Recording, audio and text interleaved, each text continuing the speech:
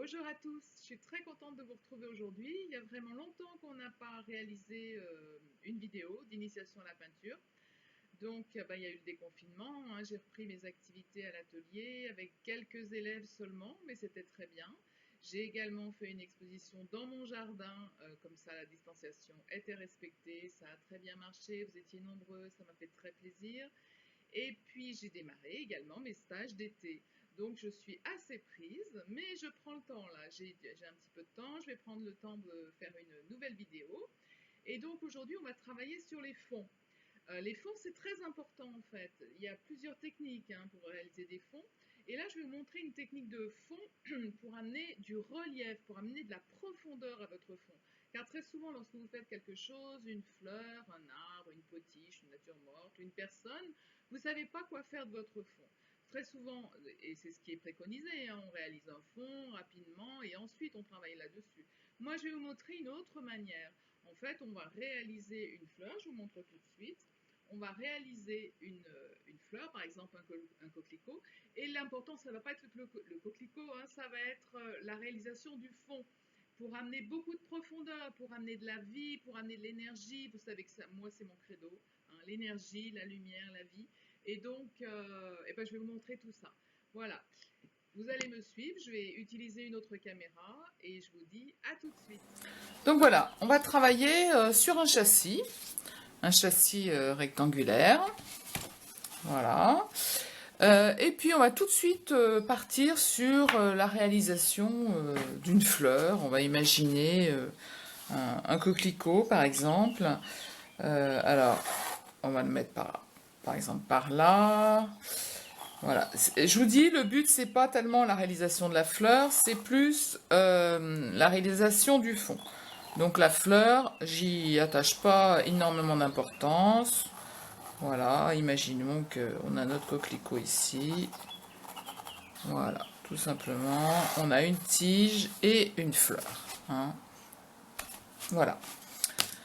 Ensuite, on va préparer sur une palette les couleurs dont on a besoin. Alors, on sort en général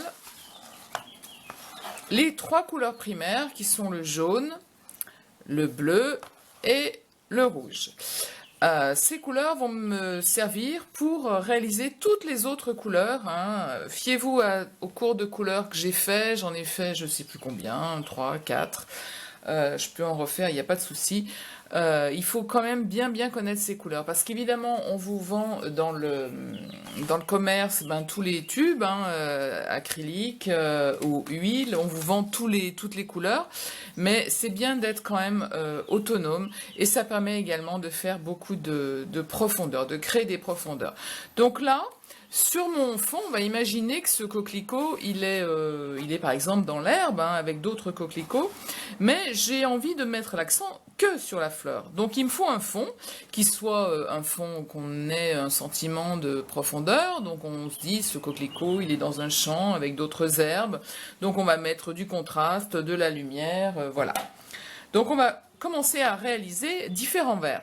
Pour ce faire, on prend donc notre jaune primaire, toujours pareil, et on va le mélanger à plusieurs bleus. On va prendre un bleu qui doit être celui-ci, alors il est complètement liquide, celui-ci c'est mon bleu outre-mer, voilà. Je vais le mélanger à mon bleu outre-mer et je vais avoir donc un vert, vous voyez. Donc toujours pareil, on peut mélanger avec une spatule, c'est quand même bien plus intéressant. Donc on obtient, entre ce jaune primaire et ce bleu outre-mer, on obtient un vert prairie qui est tout à fait intéressant. Donc comme je vais en avoir besoin pas mal, je vais en refaire. Voilà. Et puis je peux en refaire au fur et à mesure, c'est pas un souci. Donc je vais le faire plus ou moins clair ou plus ou moins foncé. Donc évidemment, pour créer de la profondeur, il me faut des nuances. Je vais reprendre donc mon jaune.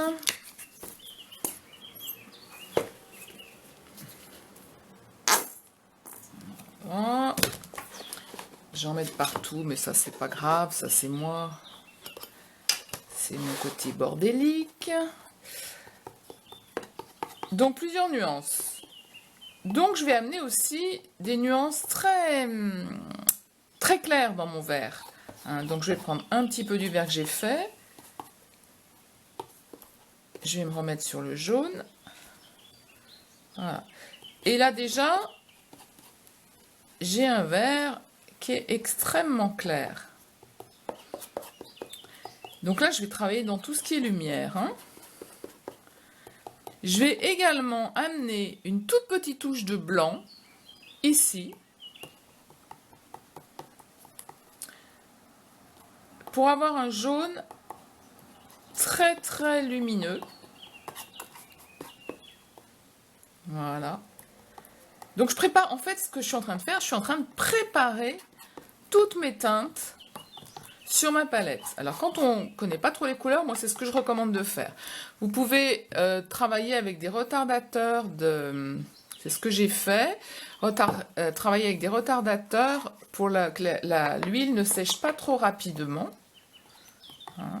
Comme ça vous avez le temps de faire vos petits mélanges. Donc là je travaille voilà, sur des verts un peu plus clairs, des verts un peu plus foncés. Et du coup, je vais partir sur un vert encore plus foncé. Alors, tout à l'heure, j'avais sorti du tube un vert un peu plus foncé. Mais je peux le foncer avec mon bleu de Prusse. Je prends du bleu de Prusse et je mélange mon vert. Le vert que j'ai fait, celui-là, le vert moyen. Avec le bleu de Prusse. Pour obtenir un vert extrêmement foncé.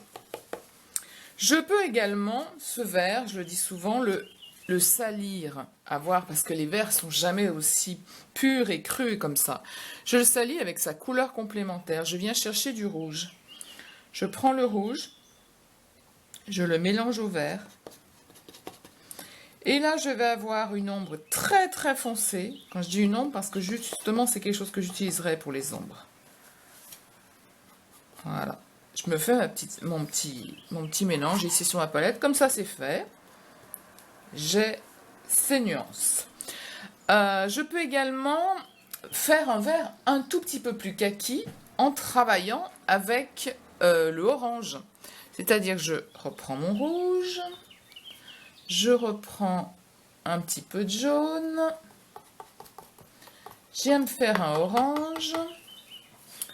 Je vais me refaire du vert parce que j'en ai déjà plus. Il faut vraiment beaucoup de quantité, ça c'est sûr.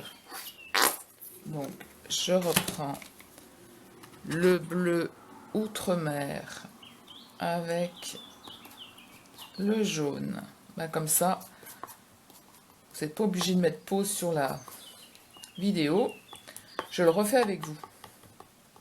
Donc, ce vert, qui est un petit peu un vert olive que j'ai obtenu, je viens mettre un petit peu de l'oranger dedans pour obtenir un espèce de vert kaki. Voilà, et cette nuance, c'est encore une autre nuance. Voilà, j'ai un vert là qui est un petit peu kaki, qui est différente de celui-ci. Voilà, voilà pour ce qui est des nuances de vert. Je vais également me mettre sur ma palette le rouge du coquelicot. Pourquoi? Parce que dans le fond qu'on est en train de faire, si j'arrive à enlever parce qu'il est tout neuf, dans le fond qu'on est en train de réaliser, il y aura des taches de rouge.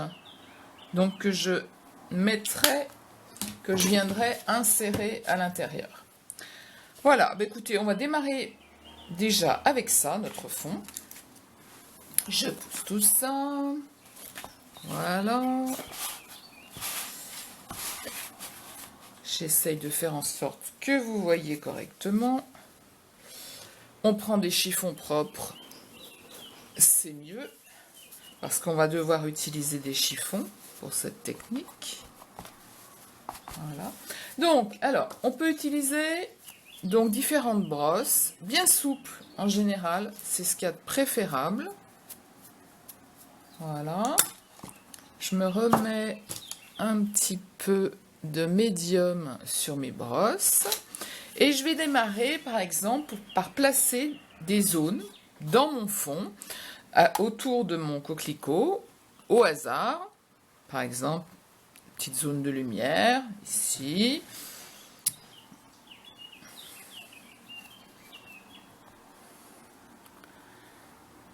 Des zones un peu plus claires. Je vais mettre encore un petit peu plus de blanc pour avoir des zones un peu plus blanches. Vous avez tous les bruitages, hein. C'est génial. Voilà, des zones un petit peu plus blanches. Alors, là par exemple, je suis sur mon jaune, je veux rajouter de la lumière. Je viens chercher mon blanc, je me mets à côté, j'essuie ma brosse, je reviens chercher mon blanc. Vous voyez, je le tire comme ça. Je l'estompe.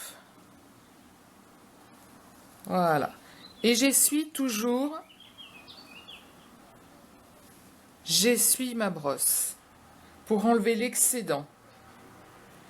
Et ensuite, je caresse la toile avec la couleur que je suis en train de mettre. Là, c'est parce que je suis en train de rajouter de la lumière, par exemple. Je vous mets de la lumière à peu près ici. Je vais aller mettre de la lumière là-haut. Hop, un petit peu de lumière. Et ensuite, j'attaque avec mes différents verres. Donc, je viens juxtaposer. Je vais travailler en étoile comme ça. Je viens juxtaposer mes teintes et je caresse ma toile. C'est-à-dire que ça va me donner un effet flouté qui est extrêmement intéressant.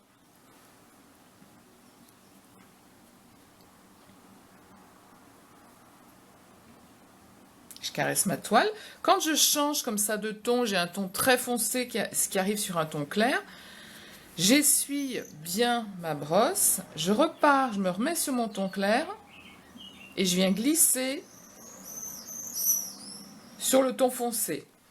Pour avoir justement cet effet un petit peu satiné.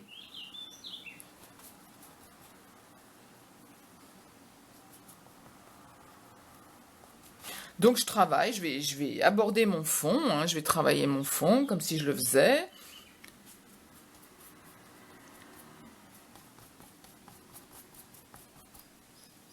Avec tous les différents verres que j'ai pris.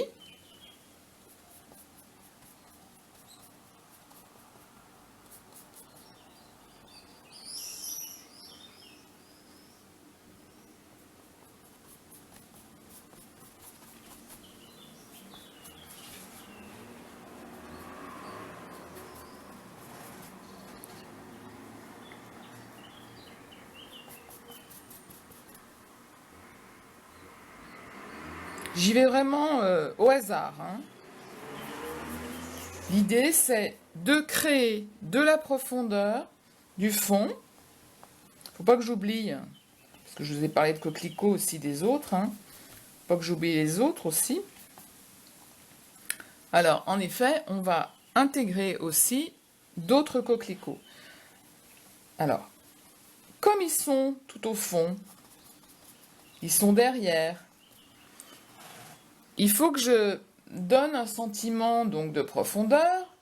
Je ne vais pas avoir tout à fait... C'est comme dans une focale quand on fait de la photo.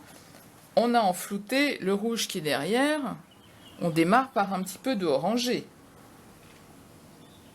Hein, donc démarrez par le orangé et ensuite vous revenez avec le rouge.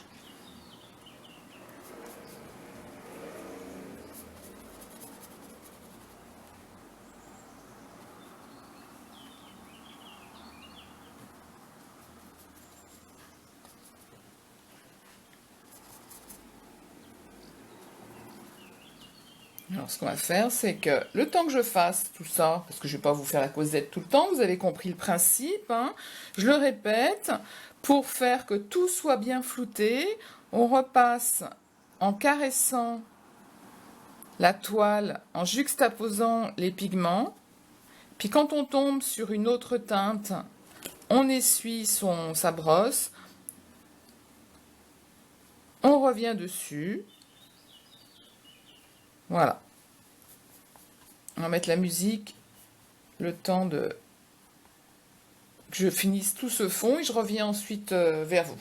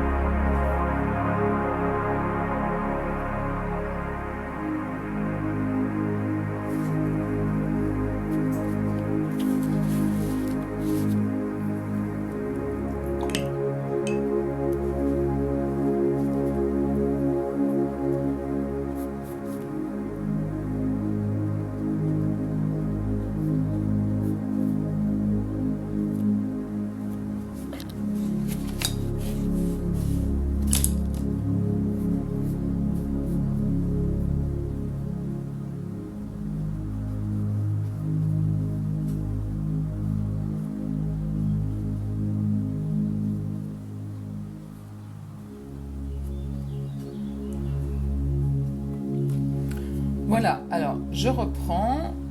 Donc j'ai fait mon fond, j'ai suggéré quelques autres coquelicots, et là je peux enfin aborder la fleur, hein, proprement parler.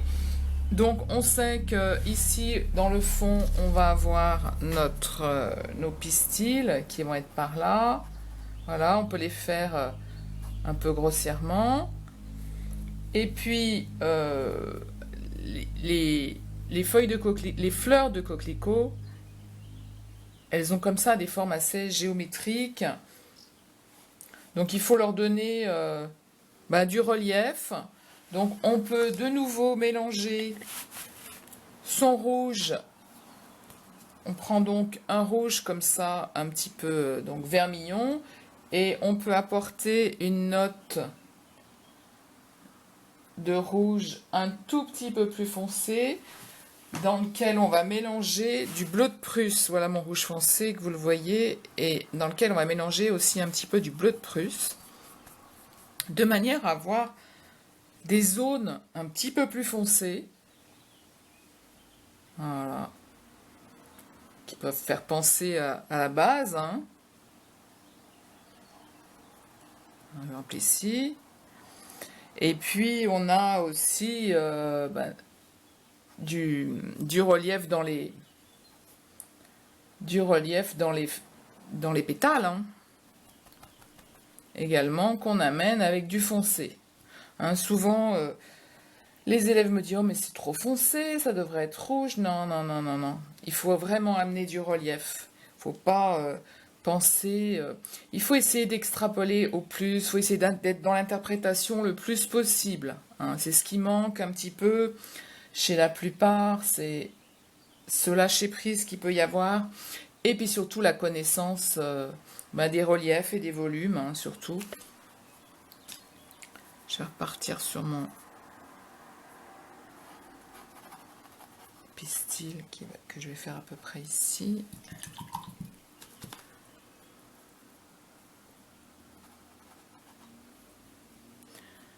Je peux aussi moduler nuancer, pas moduler, nuancer ce rouge.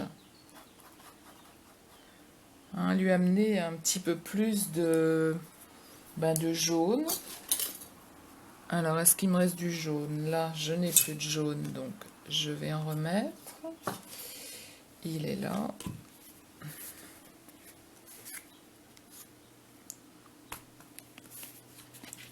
Voilà.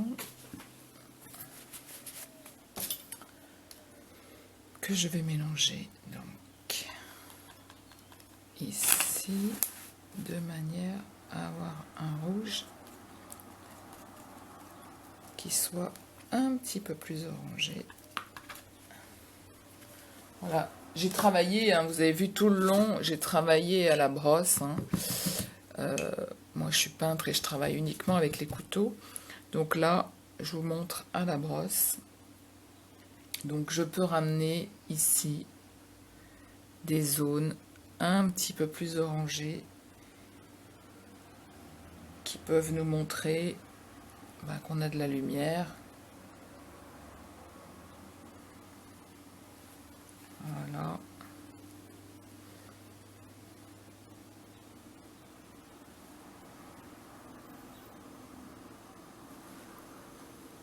Pas mal, mon coquelicot. Je me félicite, je suis toute seule.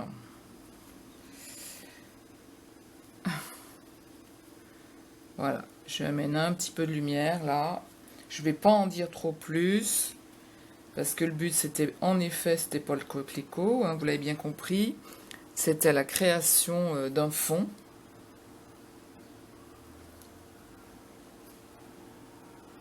On va le laisser comme ça. On va lui mettre quand même une pointe de... Il avait notre coquelicot, voilà. Une tige. Il avait une tige, notre coquelicot.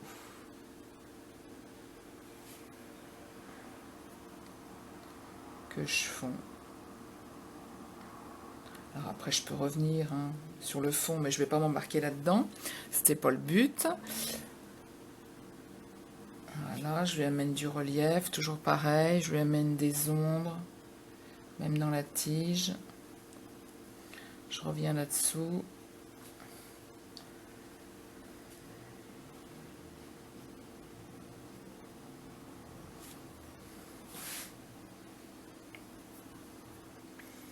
Voilà, pour ce qui est de la toile, alors, j'aimerais bien que vous la voyiez correctement.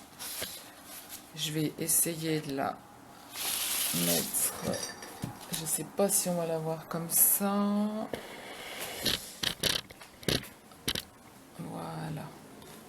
Donc, en fait, c'est vraiment pour vous expliquer que le fond, il faut lui donner du relief. Donc là, on a en effet des zones claires, des zones plus foncées. On nous suggère un peu les coquelicots plus ou moins devant, plus ou moins net. Voilà, c'est ça qu'il faut arriver à donner dans un tableau. On n'est pas là à faire quelque chose de léché. Il faut de la profondeur, il faut de l'émotion, il faut du relief, il faut que ça bouge. Enfin, moi, c'est comme ça que j'entends la peinture. Donc c'est comme ça également que je l'enseigne. Voilà, eh bien écoutez, j'espère que vous avez pris du plaisir et eh bien je vous dis à très bientôt pour une autre vidéo.